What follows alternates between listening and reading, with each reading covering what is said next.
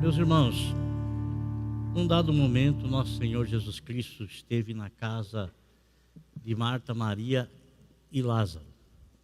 Ele chegou ali, talvez ele não avisou que ia passar por ali. Ele chegou de surpresa porque no momento em que ele chegou, Marta e Maria, as irmãs, elas estavam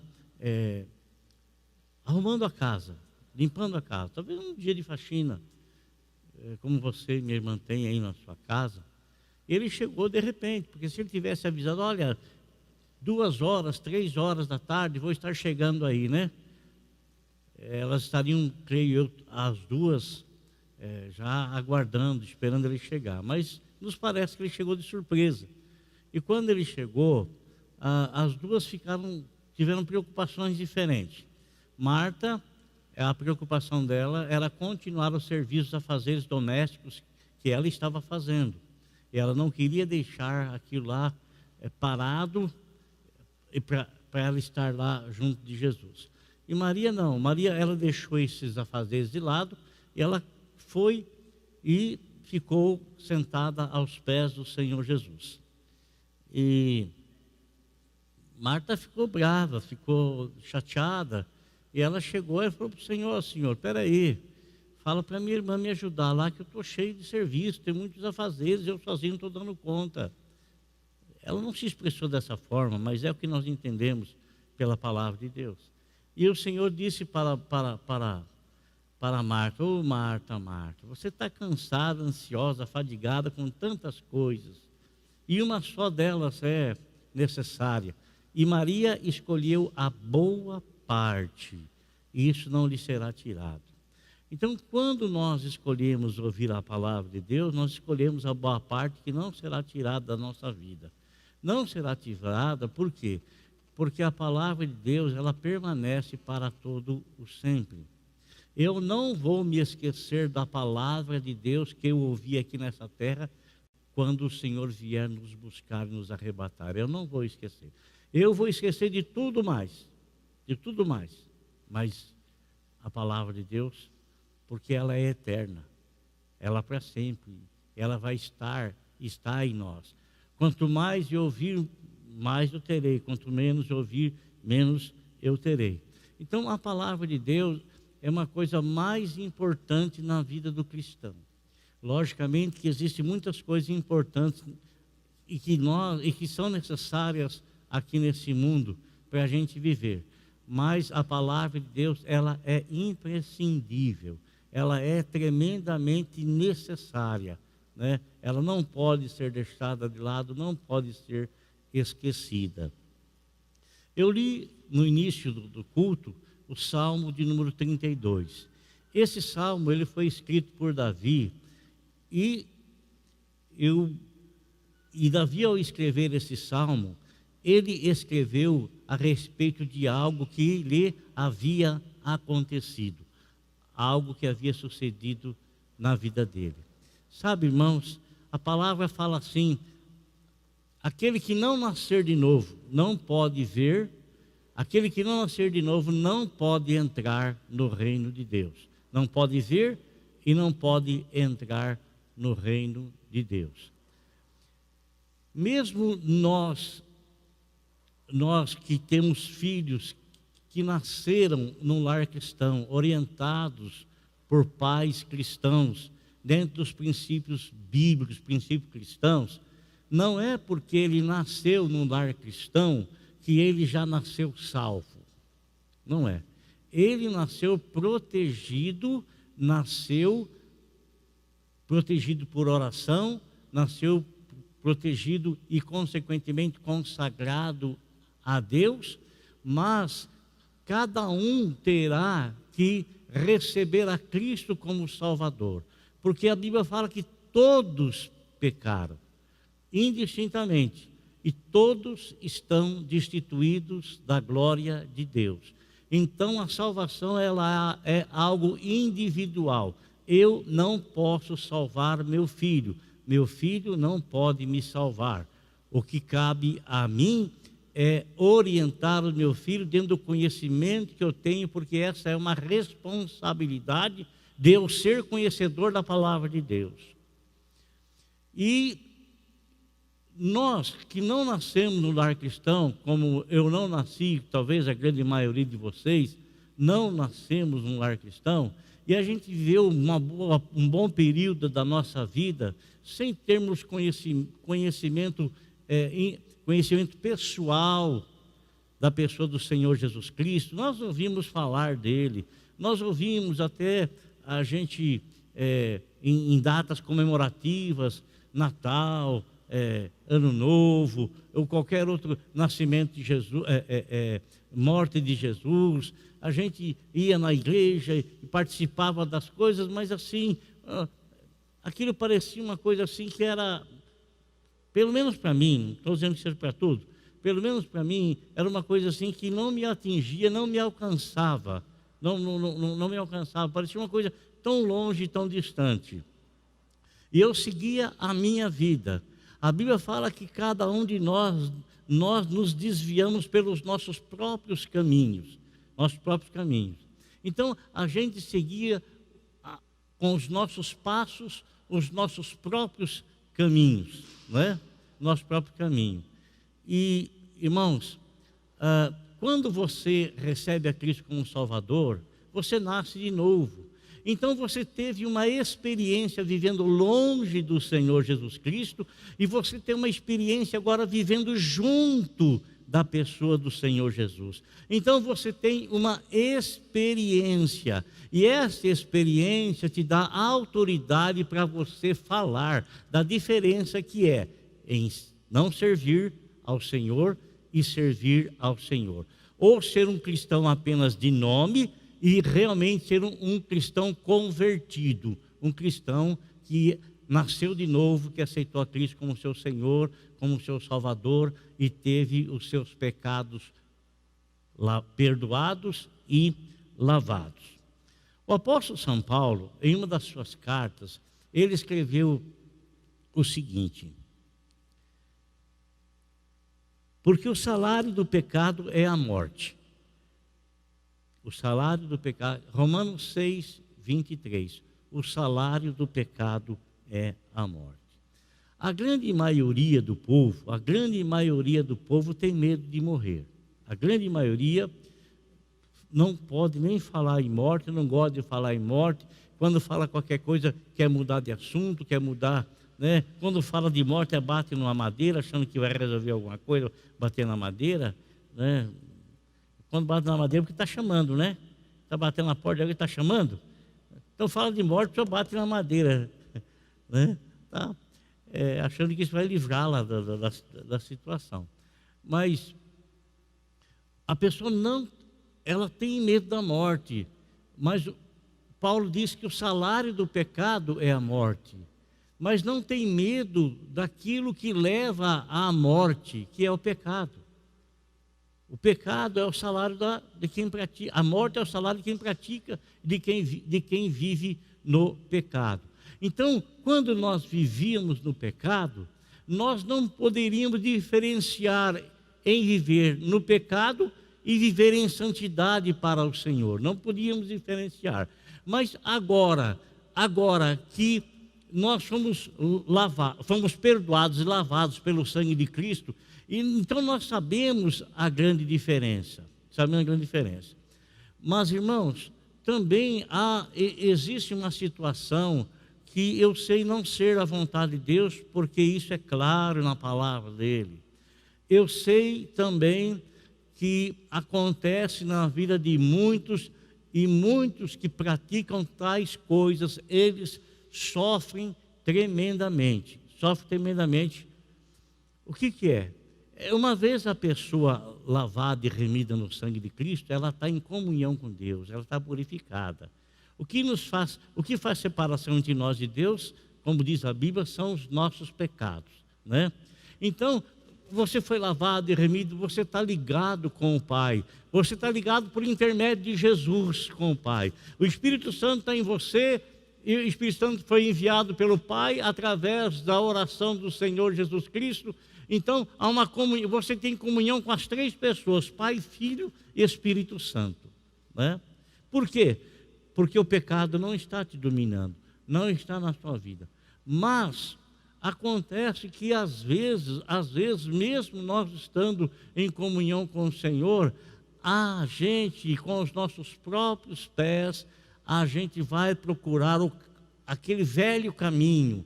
E quando a gente procura aquele velho caminho, é porque nós não estamos mortos para ele ainda. Nós não estamos mortos para aquela situação. Nós não morremos para aquela situação ainda. Aquilo ainda está vivo dentro de nós, e por ele estar vivo dentro de nós, há uma manifestação dele na nossa vida, e a gente é arredado, a gente é levado a cometer determinadas coisas. Não estou falando de pecado, eu não estou falando este pecado, aquele pecado, eu não estou qualificando ou dizendo que tipo de pecado que é. Não estou dizendo, eu estou dizendo o pecado. E por que estou dizendo isso? Porque há um engano quando nós achamos que aquilo que nós servos de Deus, aquilo que nós cometemos, às vezes nós podemos esconder de Deus. É um engano, por engano. Porventura,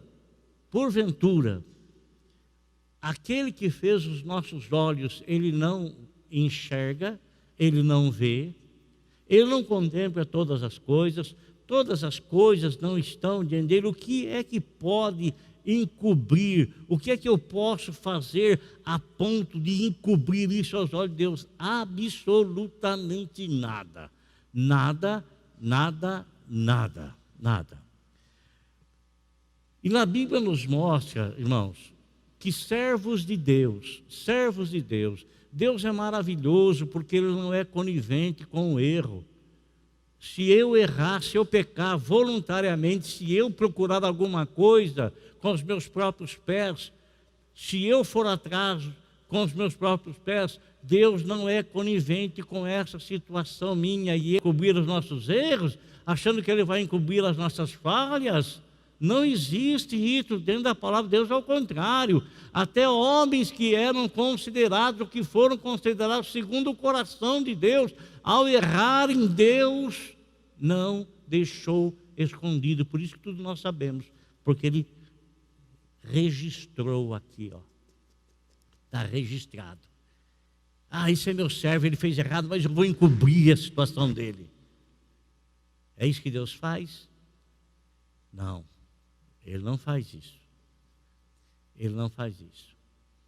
Davi, amados irmãos, um homem escolhido, separado por Deus, ungido por Deus, um homem de fé, um homem segundo o coração de Deus, um homem que Deus deu a ele imensas vitórias, grandes vitórias. Esse homem, em uma certa ocasião, ele cometeu um grande deslize. Não apenas um, não foi apenas um, mas ele cometeu grandes deslizes na vida dele, grandes deslizes. Por ele ser um homem segundo o coração de Deus, será que Deus iria encobrir o erro dele, a falha dele? Engano dele, assim como é engano nosso acharmos que vamos fazer coisa errada,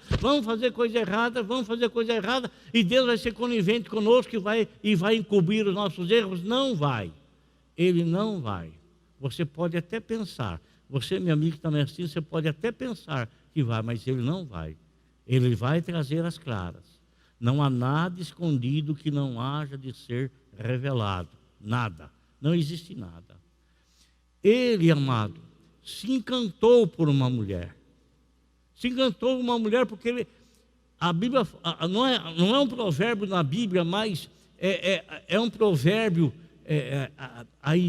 secular, mas é uma coisa correta, uma coisa certa. Que quando você está com a cabeça vazia, isso se torna oficina de Satanás. Ele era para estar à frente de batalha junto com seus exércitos, mas ele resolveu ficar em casa naquele dia. Resolveu ficar em casa. E ao ficar em casa, então, ele saiu no jardim do palácio. Ao sair no jardim do palácio, ele viu uma mulher se banhando, né? Ele tinha muitas mulheres. Todas as mulheres que eram do harém de Saul passaram para ele. Tinha concubinas, tinha o tipo de mulher que ele quisesse. Tinha. É errado para nós? Sim, é errado para nós, porque no princípio não foi assim. Assim como no princípio não existia também o divórcio, e que Deus também não protege o divórcio. A Bíblia fala que Deus detesta isso aí. A Bíblia fala isso. A Bíblia diz isso. Diz isso. Porque não existia, mas o Senhor Jesus Cristo disse assim que Moisés fez carta de divórcio, permitiu que desse divórcio por causa da dureza do coração das pessoas, por causa da dureza do coração do homem, né? Estou falando naquela época, diferentemente dos nossos dias, que acontece divórcio, e não é apenas por causa do endurecimento do coração do homem. Quando fala homem, não está falando do sexo masculino, mas está falando da criação, do ser humano. Ele está lá e ele olha aquela moça, aquilo lhe atrai, uma mulher casada. O esposo dela era um homem fiel a ele, fiel a Elias, fiel, muito fiel. Ele chama, manda buscar a mulher, ele deita com a mulher, tem conjunção carnal com a mulher. Aí depois que ele faz tudo, amado, ele faz tudo, a Bíblia fala que um abismo vai chamando o outro, né? Aí a mulher ficou grávida. Então você perceba que o marido dela estava na frente de batalha, defendendo os exércitos de Davi. E ele fez isso com o rapaz, mandou chamar, quando soube que a mulher estava grávida, mandou chamar o homem. Quis que o homem fosse para casa, não vai para a tua casa, vai lá com tua esposa. Ele queria que ele fosse e coabitasse com a esposa, tivesse a conjunção carnal com a esposa, para dizer que o filho era dele. Urias disse: não, eu não vou, não seria digno da minha parte. Os meus irmãos estão lá no campo de batalha e eu desfrutar. Não vou. E ele não foi. Davi quis encher ele de cachaça, de bebida, de vinho, para ele não foi. Ele não foi. Então o que Davi fez? Mandou carta para o comandante do exército: olha, coloca Urias bem na frente da batalha para que ele morra. Olha, veja bem, irmão. Olha só que atitude que ele teve. Uma coisa foi chamando a outra. Uma coisa foi chamando a outra. Uma coisa foi repetindo sobre outra. Meus irmãos,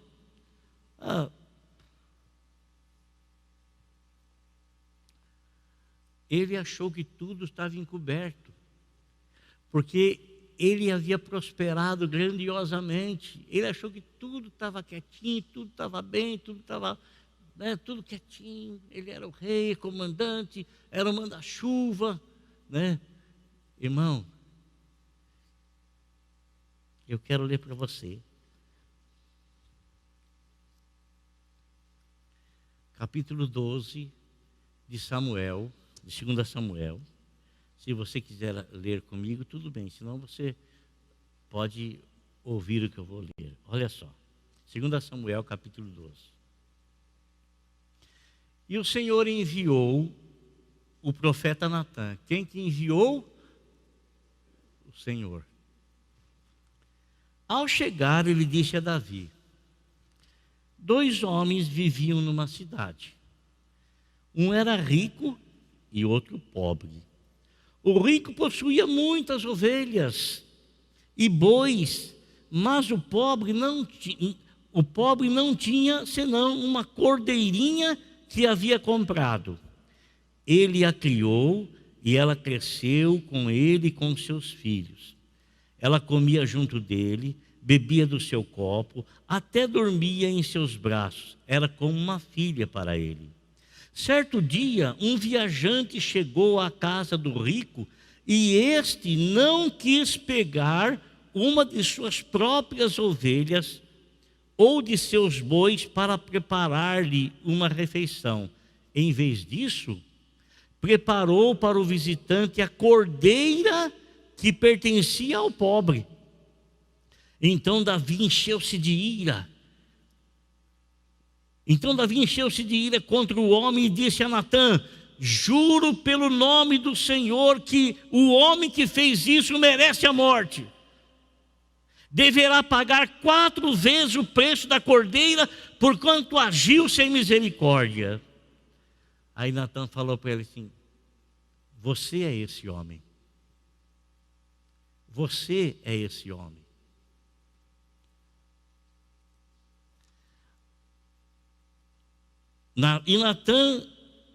E disse Natã a Davi: assim diz o Senhor, o Deus de Israel: eu o ungi rei de Israel e o livrei das mãos de Saul. Dei-lhe a casa e as mulheres do seu senhor, dei-lhe a nação de Israel e Judá. E, se tudo não fosse suficiente, eu lhe teria dado mais ainda. Por que você desprezou a palavra do Senhor, fazendo o que ele reprova? Você matou Urias, o hitita, com a espada dos amonitas e ficou com a mulher dele. Por isso, a espada nunca se afastará de sua família, pois você desprezou e tomou a mulher de Urias, o hitita, para ser sua mulher. Olha, irmão, a consequência do erro dele, e verdadeiramente, se você ler a história da família, porque ele destruiu uma família, porque ele fez isso, ele destruiu uma família. E tem muitas pessoas, amados, que estão destruindo famílias, pessoas que estão se separando, mas antes de se separar, logicamente, já há uma coisa por trás, Destrói-se família, mas quem destrói família terá a sua família destruída também, porque foi isso que o Senhor disse para Davi, e que a desgraça viria sobre ele. Tomarei as suas mulheres dentro dos seus próprios olhos e as darei a outro, e ele se deitará com elas em plena luz do dia. Você fez isso às escondidas, mas eu o farei diante de todo Israel em plena luz do dia. Olha, irmãos, ele achou que tudo que ele havia feito estava bem, estava quieto, estava tudo tranquilo. Parece que Deus não estava nem vendo, nem enxergando. Parece que Deus não estava nem se importando. Parece. Mas na hora certa, no momento certo, a conta chegou. Quer dizer para você uma coisa, irmão. Presta atenção. Você é servo de Deus, cuidado para onde você está dirigindo os teus pés, porque um dia a conta chega. Um dia a conta chega. Porque Deus não é conivente, sabe por quê? Porque quando nós somos servos do Senhor, uma vez lavados, remidos no sangue do Senhor, uma vez escolhidos pelo Senhor, da forma como Ele escolheu Saul, e nos fez reis e sacerdotes. Nos fez reis e sacerdotes. E nós, quando temos Jesus como nosso Salvador, é porque, amado, nós aceitamos que Ele carregou a nossa cruz, que Ele morreu por causa dos nossos pecados. E quando eu tenho esse conhecimento, eu já não sou mais uma pessoa inocente na situação. Todo erro que eu vou cometer ciente. Erro não. Todo pecado que eu vou cometer ciente. Não na ignorância. Sabendo que eu estou fazendo algo por aquilo que Jesus morreu, pelos meus pecados. Eu vou lá e cometo o pecado de novo. A Bíblia fala que eu estou desprezando a vida de Jesus, o sangue de Jesus que nos purifica do pecado. Nos diz que nós estamos pisando no sangue dele. Isto é, desprezível é o sangue de Jesus. Eu não estou valorizando o que ele fez por mim, dando a própria vida dele por causa do meu pecado, e eu mesmo sabendo disso, eu vou lá com os meus próprios pés e cometo tais atos. Olha a responsabilidade que está sobre nós. Olha a responsabilidade que cabe sobre a nossa vida. Agora, irmão, o Salmo de número 32 que eu não li à toa. Por que eu li o Salmo de número 32? Porque no momento em que Natã trouxe a Davi a revelação de que ele pensou que ninguém sabia, porque não foi de um dia para o outro, irmão. Não foi de um dia para o outro. Demorou quase um ano para a conta chegar, quase um ano. Quase um ano. Quase um ano. Como você acha que Davi viveu durante quase esse ano, até o momento que Natã chegou lá para notificá-lo daquilo que o Senhor ordenou que o fizesse?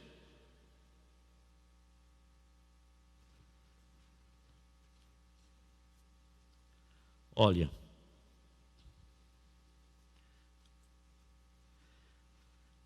Salmo 32, do verso 5 ao 7, está escrito assim: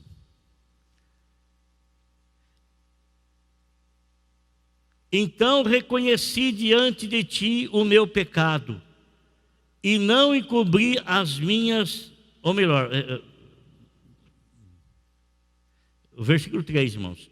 Enquanto eu mantinha escondidos os meus pecados, o meu corpo definhava de tanto gemer. Havia uma consequência na vida espiritual dele.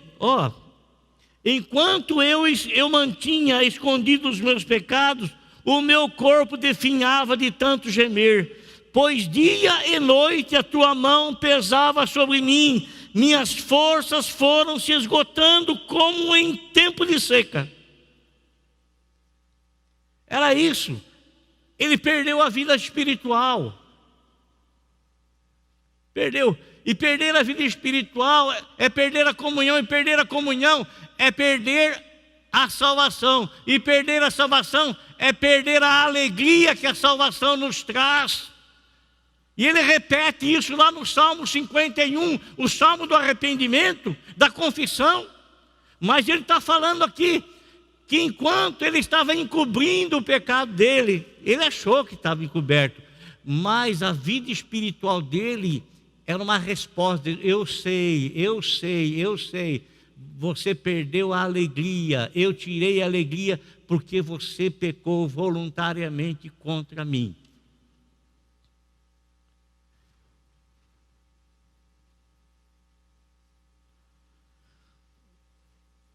Jesus, só Deus, né, irmão, na causa. Pois dia e noite a tua mão pesava sobre mim, minhas forças foram se esgotando como em tempo de seca. Agora veja bem uma coisa, irmãos. No capítulo 12, versículo 13 de 2 Samuel, quando Davi soube de tudo, Natã chegou até ele e disse, então Davi disse a Natã: pequei contra o Senhor. Foi o momento em que ele reconheceu o que ele já sabia, mas ele reconheceu publicamente, ele reconheceu diante do profeta do Senhor o que ele havia feito. Então ele fala que enquanto ele estava encobrindo o pecado dele, então reconheci, versículo 5, então reconheci diante de ti o meu pecado e não encobri as minhas culpas. Eu disse, confessarei as minhas transgressões ao Senhor. E quando ele confessa as transgressões dele ao Senhor, o que é que acontece, irmão? 2 Samuel 12, 14, fala assim: Natã respondeu: o Senhor perdoou o seu pecado, você não morrerá. Entretanto, uma vez que você insultou o Senhor, o menino morrerá. Que menino? O menino que foi gerado da conjunção carnal entre ele e Betsabá. Então, Michele, foi depois de um ano. Bom, depois de um ano,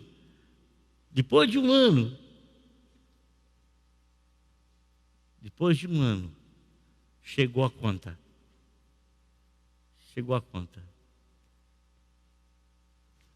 Agora, meus irmãos, no versículo 1, quando Natã fala para ele os teus pecados, o Senhor perdoou os teus pecados, ele sentiu novamente o quê?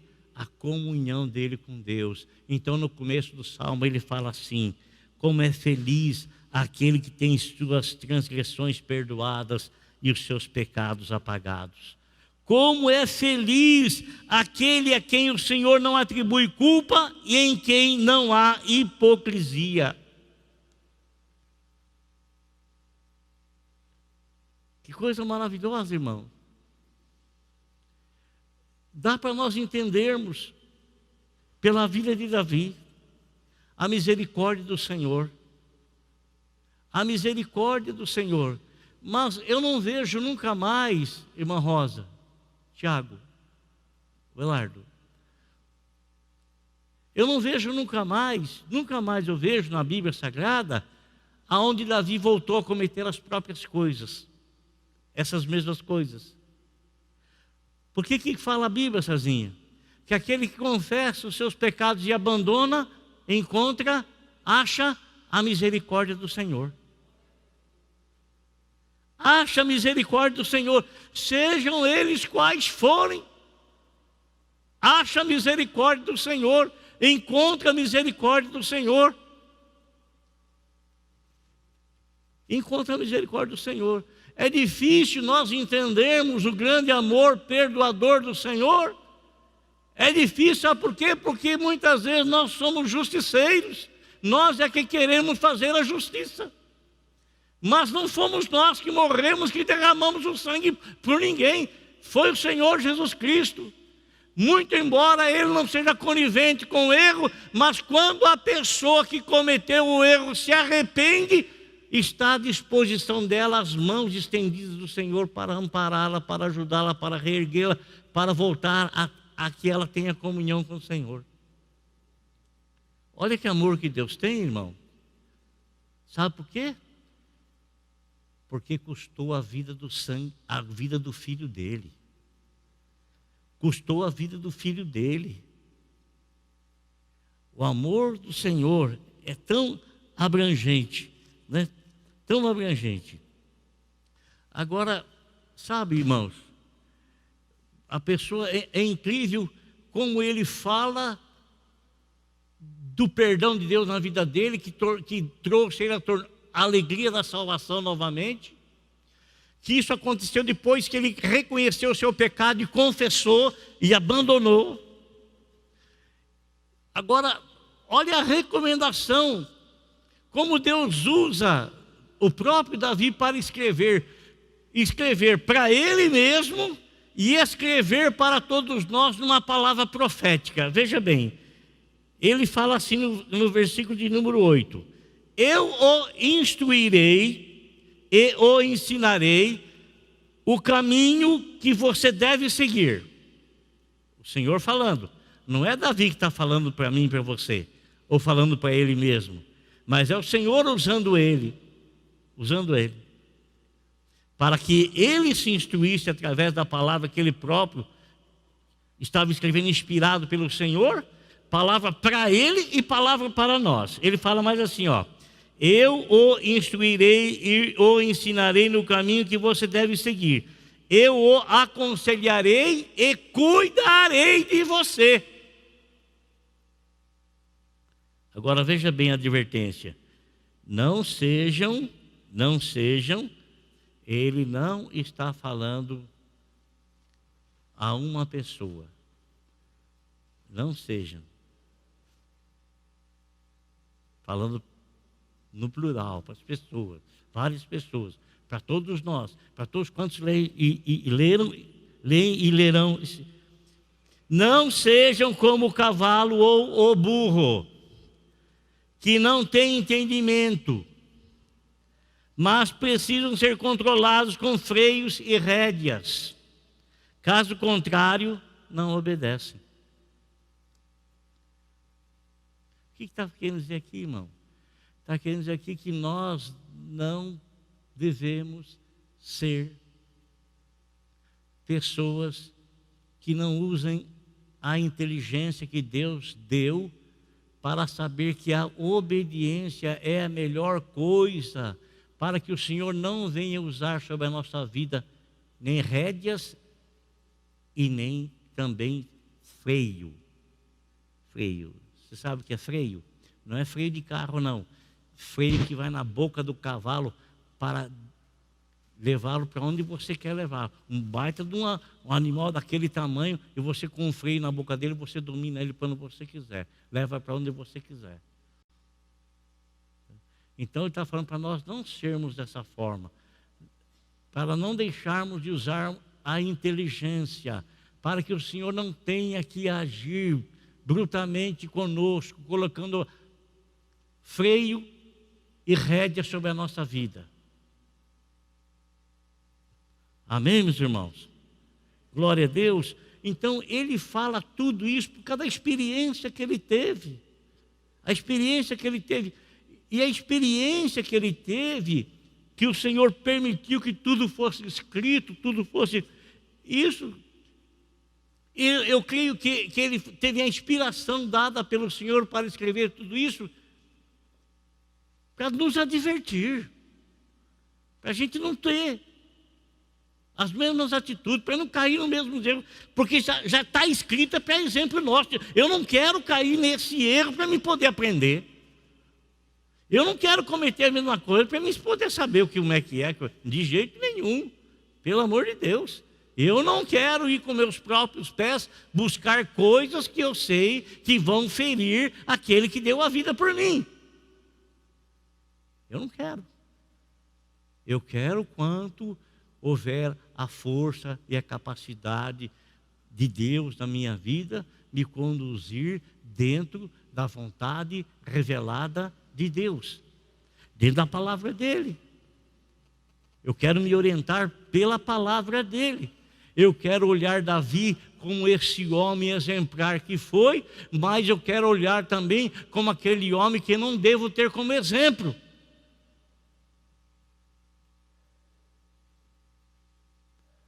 Amém, irmãos? Glória a Deus. Portanto, o pecado que ele teve de ter matado a pessoa, de ter tomado a mulher da pessoa, são pecados gravíssimos, gravíssimos. Mas estou usando isso aqui como ilustração. Existem tantos outros pecados, menos graves, sim, menos graves diante dos olhos humanos.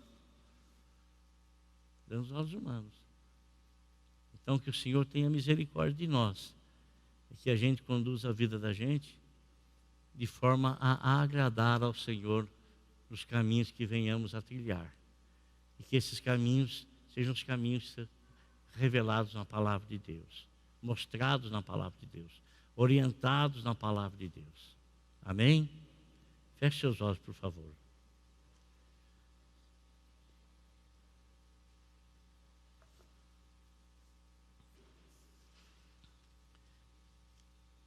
Senhor nosso Deus e nosso Pai, em nome de Jesus, nós queremos agradecer ao Senhor por ter nos dado a graça e a misericórdia de falar da Tua palavra e pedir, Senhor meu Deus, a Tua misericórdia sobre a vida de todos os meus irmãos e sobre a minha vida também, sobre a vida de todos aqueles, ó Deus amado, que estão nos assistindo agora e que estão com o coração, Senhor meu Deus, voltados, ouvindo a Tua palavra.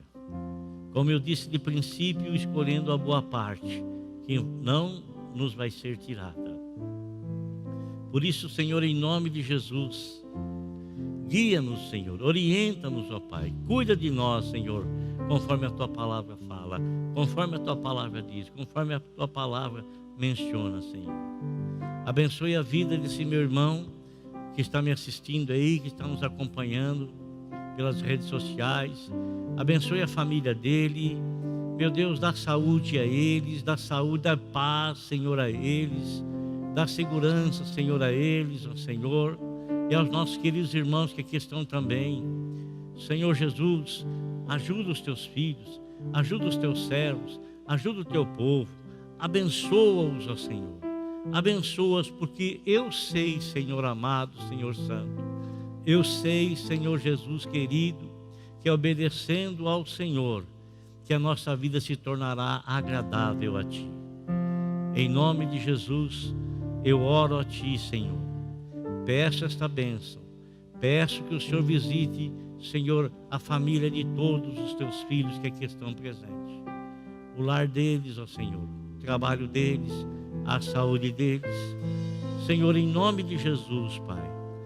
Eu sei que o Senhor pode curar aquele que está enfermo. Eu sei, porque Tu és o médico por excelência. Existe alguma coisa que o Senhor não possa fazer em favor dos Teus filhos? Tudo pode, Senhor. Tu podes tudo, Senhor. O Senhor pode tudo, Senhor. Ajuda, portanto, esses Teus filhos que escolheram a boa parte. Alimenta-os e fortaleça-os com a Tua palavra. Em nome de nosso Senhor e Salvador Jesus Cristo. E que cada dia mais, Senhor, possamos nos firmar, nos fortalecer na Tua presença, no andar contigo, no caminhar contigo, Senhor. Ajuda-nos, Pai. Ajuda Teu povo, ajuda a Tua igreja, ajuda, Senhor, os Teus filhos, para a Tua honra, glória e louvor, porque nós estamos aqui, Senhor, com a grande expectativa, e meu Deus e meu Pai, gerada pela esperança que temos na Tua palavra, Senhor, de que amanhã, num dia, Senhor meu Deus, o Senhor virá nos buscar e nós seremos levados para a Tua presença, aonde estaremos para sempre com o Senhor. Em nome de Jesus eu oro e Te agradeço. Amém.